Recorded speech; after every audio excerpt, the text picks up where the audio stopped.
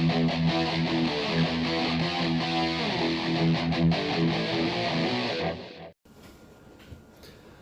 right, what is up, ladies and gents? Jason Ward, Ward's Way to Fitness here, and I missed yesterday. Was not feeling the greatest, so I thought I would do my What Diet Is This Wednesdays on a Thursday this week. I know, it's groundbreaking.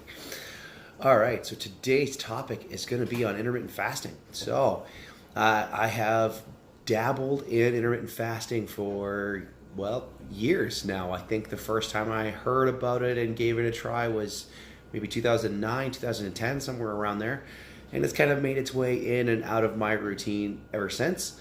I personally find it's very helpful for me. I like eating larger meals, so having a smaller window of eating tends to work really well for me because then I can eat a lot more food, I feel more satiated, and I'm less likely to overeat.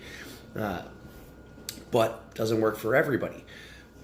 So you may be wondering, okay, well, what is intermittent fasting? So it's all over the place these days. Lots of people talking about it. There's a lot of new research coming out. People keep kind of digging into what it's doing, and there are lots of potential benefits. But there are a few different styles. So let's get into a few of those. And like number one, probably the most popular is the Lean Gains or 16-8 model. It's the one most people have heard of or even tried. And it was kind of popularized by a guy named Martin Berkhan. I think that was probably the first one I actually had heard about and started digging into some of the research and what people were doing and how it worked. Anyway, the idea is that you have a 16-hour fasting window and an 8-hour eating window every day. So you would usually, that includes when you're sleeping. So if you're sleeping 7 or 8 hours, when you wake up, you would extend that fast another 7 or 8 hours. Or depending on how long you actually slept for, right? And then you would eat, say, from like 12 to 8 each day. And I have found from my experience that women tend to respond a little bit better to a 14-10 as opposed to a 16-8, but that's just kind of the model that they used. So another one, Brad Pilon popularized, is called Eat, Stop, Eat, and this is where you'll do 1 to 2 24-hour fasts every week. Right? So basically every third or fourth day you would incorporate a 24-hour fast. That was probably one of my favorites, one of the easiest I found to follow. But just, again, another model that you can utilize. So then there's also what I believe they call the warrior fasts. It's a 20-hour fast and a 4-hour eating window. That one was pretty good. I found it a lot more challenging to follow that. Some people with the warrior fast also allow you to have like a protein shake and a little bit of fruit first thing in the morning, and kind of they don't count that as breaking your fast, but then you have the bulk of your food around whenever you're going to work out. So it worked really well for people who work out later in the evening. So you can have like a late day meal, wait about 2 hours, do your workout, and then finish after your workout with the second meal. There is extended fasts now where you would do 36 plus hours basically, so it's longer term fasting, and this is where a lot of the research is starting to go now. People are trying to discover like how long can we extend these fasts, and like what are the benefits when we do 3, 5, 7 day fasts. If you want more info on that type of stuff, Peter Attia is a really good resource there. He does a lot of longer fasts, and he does continuous glucose monitoring and takes lots of blood work and stuff like that. It's really interesting stuff if you want to get into the science. And then probably one of the other more popular ones now is they call OMAD, or 1 meal a day. So basically you just eat that one meal, however long it takes you to eat it, and you fast the rest of the day. So generally it's at the end of your day after you've finished up whatever you had to do for the day, you have your one meal. So those are some of the more popular styles. Obviously anything within that scope would still count as intermittent fasting. So it's not like it's a groundbreaking idea or like there's anything magical about it, but the way some people talk about it, it does seem that way. So let's get into a few of the pros and cons of intermittent fasting. So the shorter feeding windows can help some people with achieving their calorie deficit.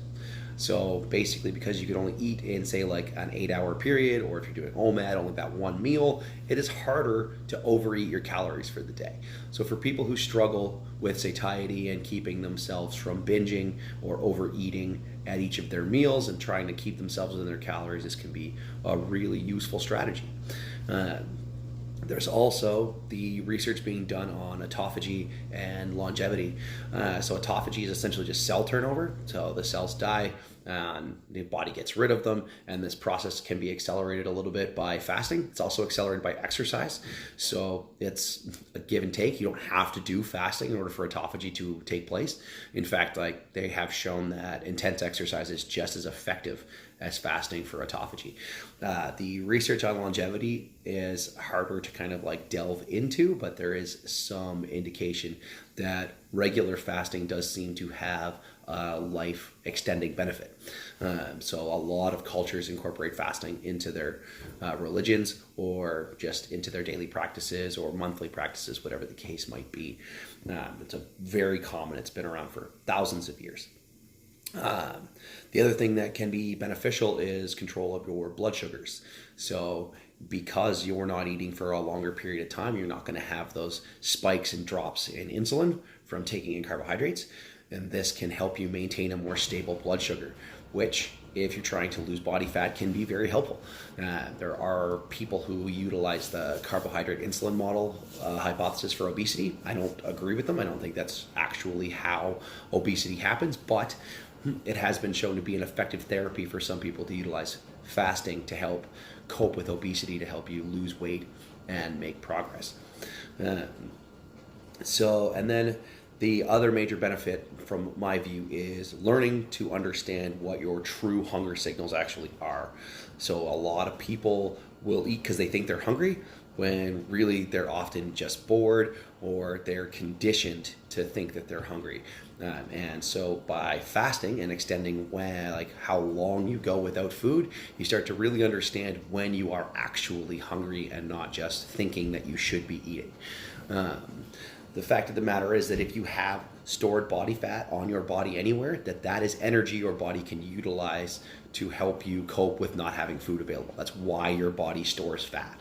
And for those periods when food is not available, one of the issues in today's society is that food is always available. You can always get food. So there's so much food available, and we don't really dig into our body fat stores because there's no need for us to. But if you take a little bit of time, you fast for a little while, then you can improve how well you understand whether or not you are actually hungry or just eating because it's a conditioned response. All right, so those are a few of the pros. Let's talk a little bit about some of the cons. So one of the problems people have with intermittent fasting is the potential to binge eat. So because they have not been eating for so long, when they do start eating, they can't stop themselves and they overeat during their window. Now, part of the problem there is that people choose the wrong foods.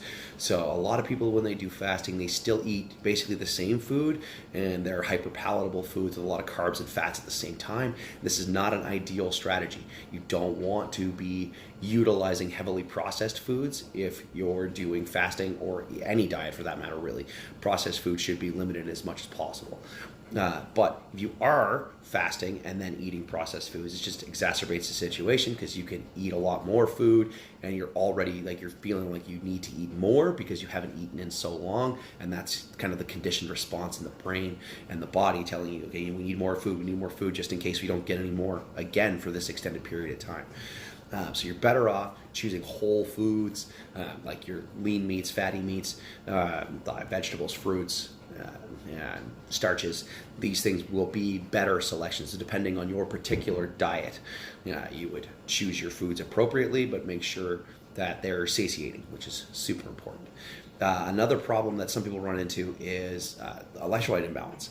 So because they're fasting for so long and really all you're doing is drinking water, they find is that they start to lose energy, or they get cranky or whatever. And a lot of times this is because we're not getting the electrolytes the body needs to continue to function the way it's supposed to. So if you are finding that you're lower energy, or you are not feeling yourself is probably because of either low blood sugar or low electrolytes. And so if you put some electrolytes into your body, which some people would say is technically breaking your fast, but again, like if you're struggling with energy, that's irrelevant. Like that little bit of electrolytes is not going to kill your fast or the benefits you're going to get from the fasting. And those electrolytes can help you rebalance things. So like you want your sodium, potassium, calcium, those sorts of things. If you get them in, then it can mitigate some of those negative effects that you're experiencing. And then the last one is not really a con per se, but it's something that I see a lot, and that's zealotry. People get crazy about intermittent fasting, or truthfully any diet. So veganism, carnivore, all of them. They're zealots in every single community. People take on their dietary practices like a religion. And I don't understand why. It's not like your food is a religion. I mean, I can understand it's a very cultural and religious experience at times, and there's a lot of connection that we derive from food, but food should never be religion. It should be all about your body functioning the way it's supposed to. So that's just a little info on intermittent fasting. I hope you guys enjoyed, maybe learned something. If you have any questions about fasting or any other topic you'd like me to talk about, post up below, like the video, comment. Please subscribe to my channel for future updates, and I will see you guys next time.